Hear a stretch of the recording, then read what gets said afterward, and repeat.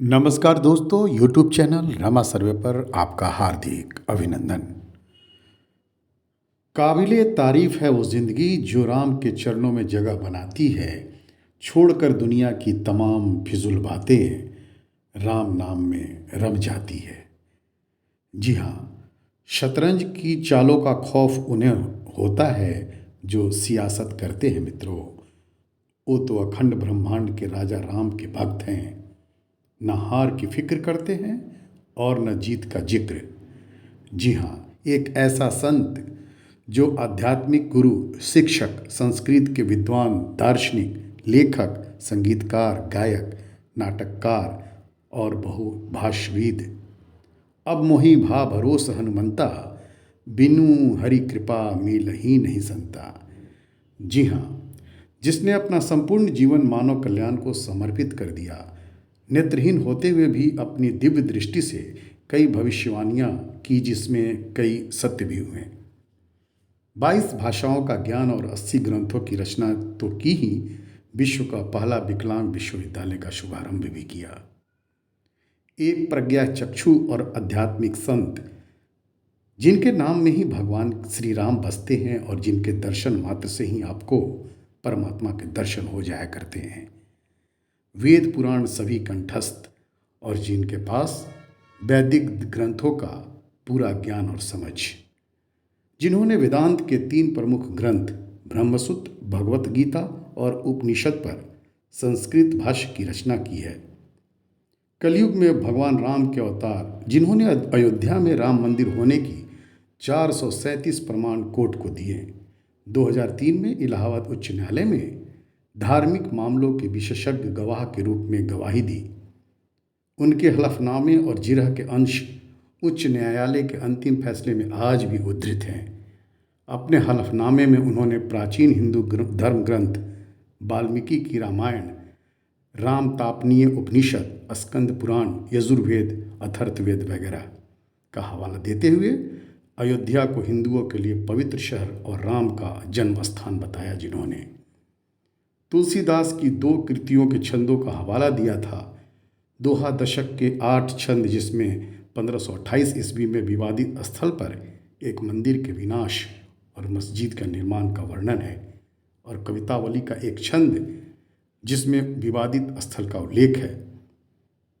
मूल मंदिर विवादित क्षेत्र के उत्तर में होने के सिद्धांत का खंडन करते हुए, जैसा कि मस्जिद समर्थक दलों द्वारा अनुरोध किया गया था, उन्होंने स्कंद पुराण के अयोध्या महात्म्य खंड में उल्लिखित जन्मभूमि की सीमाओं का वर्णन किया, जो सही में वर्तमान स्थान में मेल खाती है, जिनकी गवाही सही साबित हुई और जिसे न्यायमूर्ति सुधीर अग्रवाल ने भी सही माना, और तब जाकर 30 सितंबर 2010 को भगवान राम के पक्ष में फैसला सुनाया था। जिन्होंने प्राचीन ग्रंथों का उल्लेख कर बताया कि वाल्मीकि रामायण के बालखंड के 8वें श्लोक में श्री राम जन्म के बारे में स्कंद पुराण के अलावा पूर्व अथर्ववेद के 10वें खंड की 31वें द्वितीय मंत्र में स्पष्ट कहा गया है कि 8 चक्रों और 9 प्रमुख द्वारों वाली अयोध्या देवताओं की ही है। उसी अयोध्या में मंदिर है।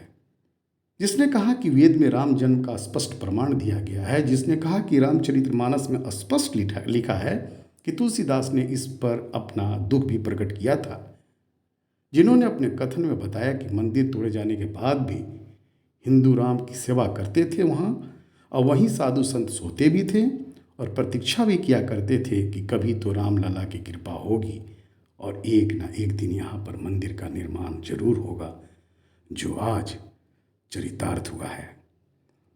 श्रीमद् भागवत गीता, रामचरितमानस, वेद तथा उपनिषद आदि कंठस्थ हैं, जिन्हें मौजूदा समय में भारत के सबसे महान कथावाचक, जो पढ़ लिख तो नहीं सकते और न ही ब्रेल लिपि का सहयोग लिया, केवल सुनकर और बोलकर अपनी रचनाएं लिखवाते थे।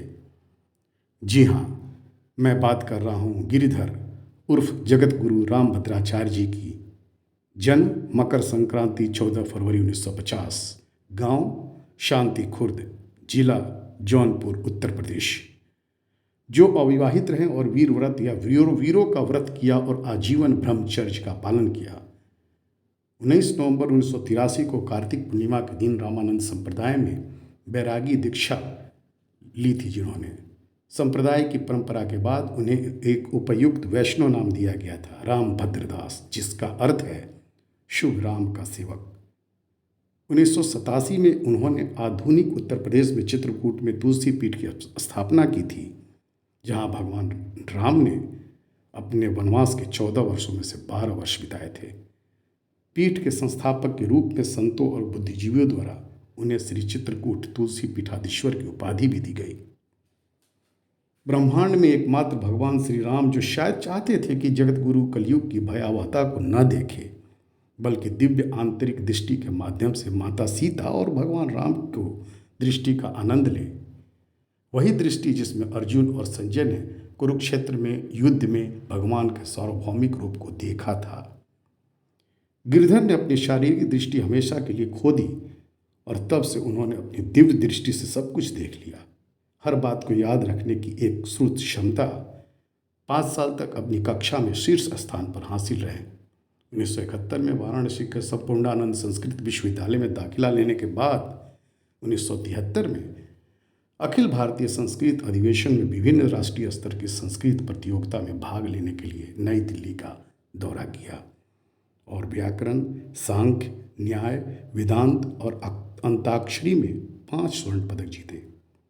एक अद्वितीय प्रतिभा 1973 और 76 में संपूर्णानंद संस्कृत विश्वविद्यालय में व्याकरण में शास्त्री और आचार्य परीक्षा में स्वर्ण पदक की साथ टॉप किया था, जिन्होंने एक अद्भुत कदम में उनकी सर्वांगी विद्वता के लिए उन्हें विश्वविद्यालय में पढ़ाए जाने वाले सभी विषयों का आचार्य घोषित किया गया था। 1981 में संपूर्णानंद संस्कृत विश्वविद्यालय में अध्यात्म रामायणे अपमान नामक संस्कृत शोध प्रबंध के साथ अपनी विद्यावारिधि डिग्री या PhD की थी।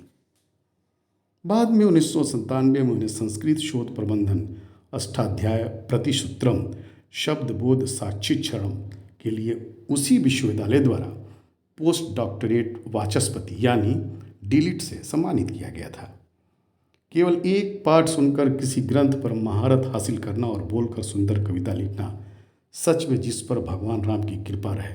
अद्भुत स्मृति 5 साल की उम्र तक अध्याय और श्लोक संख्या के साथ संपूर्ण भगवद गीता को संस्कृत में, जिसमें 800 श्लोक है, याद कर लिया था। जिसने 8 साल की उम्र तक तुलसीदास का पूरा रामचरितमानस, जिसने लगभग 10,800 छंद याद कर लिया था। जिसने वेदों, उपनिषदों, भागवत, पुराण, संस्कृत व्याकरण के प्रमुख कार्यों और कवि संत तुलसीदास के सभी कार्यों को याद कर महारत हासिल कर ली थी। जी हाँ, हमारे जगत गुरु श्री रामभद्राचार्य जी 2023 का ज्ञानपीठ पुरस्कार से जिन्हें भारत सरकार ने सम्मानित किया है, रमा सर्वे अभिभूत है और बधाई देता है उनके सम्मान पर। जी हाँ, संत में संतों की अलौकिक शक्तियाँ दूसरों के कल्याण के लिए होती हैं मित्रों, और परमार्थ के कारण साधु धरा शरीर। भजू दीन बंधु दिनेश दानो दैत्य वंश निकंदनम रघुनंद आनंद कंद कौशल चंद दशरथ नंदनम।